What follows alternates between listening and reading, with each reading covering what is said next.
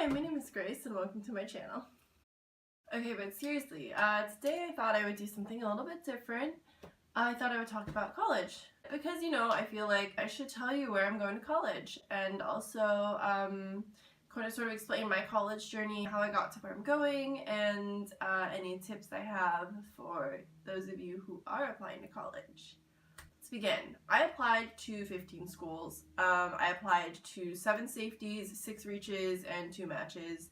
Should not take a genius to let you know that that ratio is jacked. It shouldn't be like that. So my safety schools I applied to were University of Colorado, Boulder, University of Portland, University of Oregon, UC Santa Cruz, and UMass Amherst. I didn't really want to go to any of them, and I got accepted to all of them. So then my matches were UC Irvine, Chapman, and Fordham. I got into Fordham and Chapman, and I got waitlisted at Irvine. And then I applied to USC, UCLA, UC Santa Barbara, NYU, and Tulane, and Amherst. Those are my reaches.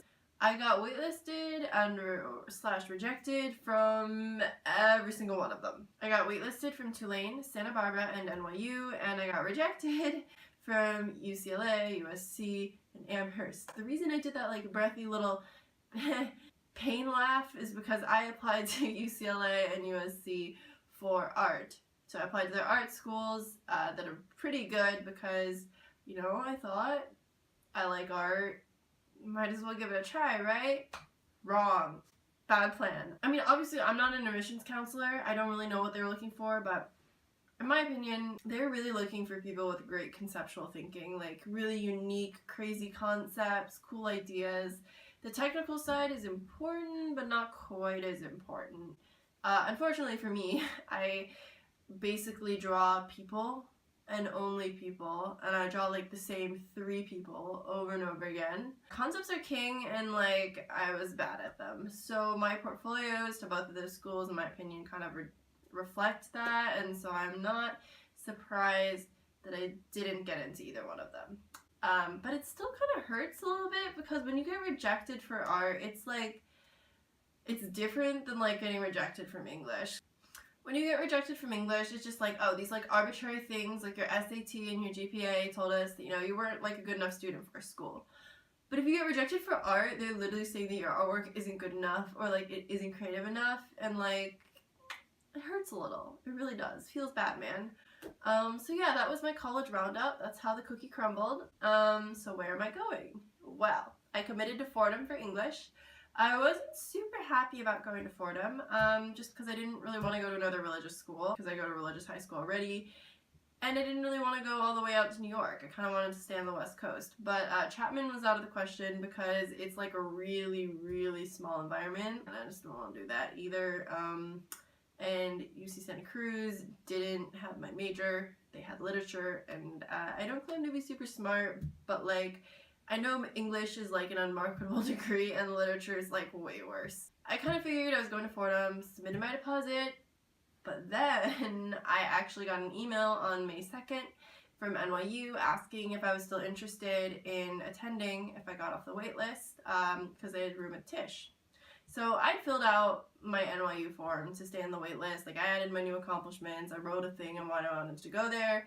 But I wasn't really expecting to get off any of them because the thing about a waitlist is kind of like a soft rejection where it's saying that you had all of these qualities and you were perfectly qualified to be in our incoming class, but just due to size, you know, we had to cut some of you off and you're the person that didn't make it. People don't really get accepted off the waitlist that often. My cousin actually got off the waitlist for Wake Forest, so I had like a little bit of hope. I was like, hey, this could maybe work. Like, I could maybe get off the waitlist because she did, but college admissions change every year. Like, it's getting more and more competitive to get into the same schools, and the number of applications is going way up. So anyways, long story short, didn't think I was going to get off. Got this email, was very surprised, fired back a response saying, yes, of course I'll attend if I get off the waitlist. And then 2 days later, I got an offer from NYU. So I was accepted off of the waitlist. I accepted their offer of admission, and I am going to NYU for Interactive Media Arts at Tisch, School of the Arts. So actually I did end up going to an art school. Tips for applying to college. So my first tip is, if you're a junior, start your Common App essay over the summer. Trust me when I say that you will not have time during the school year. You're going to be slammed first semester senior year because you have to keep up your grades to apply to schools. Many schools require a supplementary essay. So in total, I think I wrote 11 essays for my college applications. Write your coming up essay over summer. It'll take a lot of stress off your shoulders. You'll get a long time to perfect it because you really do want your coming up essay to be like completely perfect. My second tip is even your ratio of schools that are matches, reaches, and safeties. I obviously didn't do that, and so I kind of ended up in this position where I was going to go to Fordham, but I wasn't super happy about it. And like, that's not something you want to do to yourself. You don't want to have to go to a school that you don't like. Which brings me to point number 3, which is make sure you apply to enough colleges. Like, I know 15 is a lot for some people. It definitely was a lot for me because there are some people that literally get rejected from every school. I'm not joking. I know someone that happened to, and like I've heard of other stories. You can be rejected from every school you apply to, so you should always have enough that you're like feel safe in knowing that you will get into a school and it will be a school that you like. Which brings me to my 4th point is make sure that you actually like the schools you're applying to. I kind of did this thing again where like I added on a lot of schools just because my parents told me to, or we heard the financial aid was good, or I just felt like it, or the other people in my school were applying, so I figured I should too, but I didn't actually want to go there. Like Boulder and Oregon, UMass Amherst, I was never going to go there. I shouldn't have applied. It just would have saved me a lot of time and energy. If you are one of those people that wants to apply to an art school to like get in for art or whatever, make sure that you're actually like you have the art that they're looking for. Attend portfolio days. I never went to a single portfolio review. I was going completely blind, which was a terrible plan. Should not have done that. I'm sure that I have pieces that would have worked better in the admissions officer's eyes and I could have curated that, but I didn't. Learn from my mistakes. If you actually want to go to art school, go to portfolio reviews too.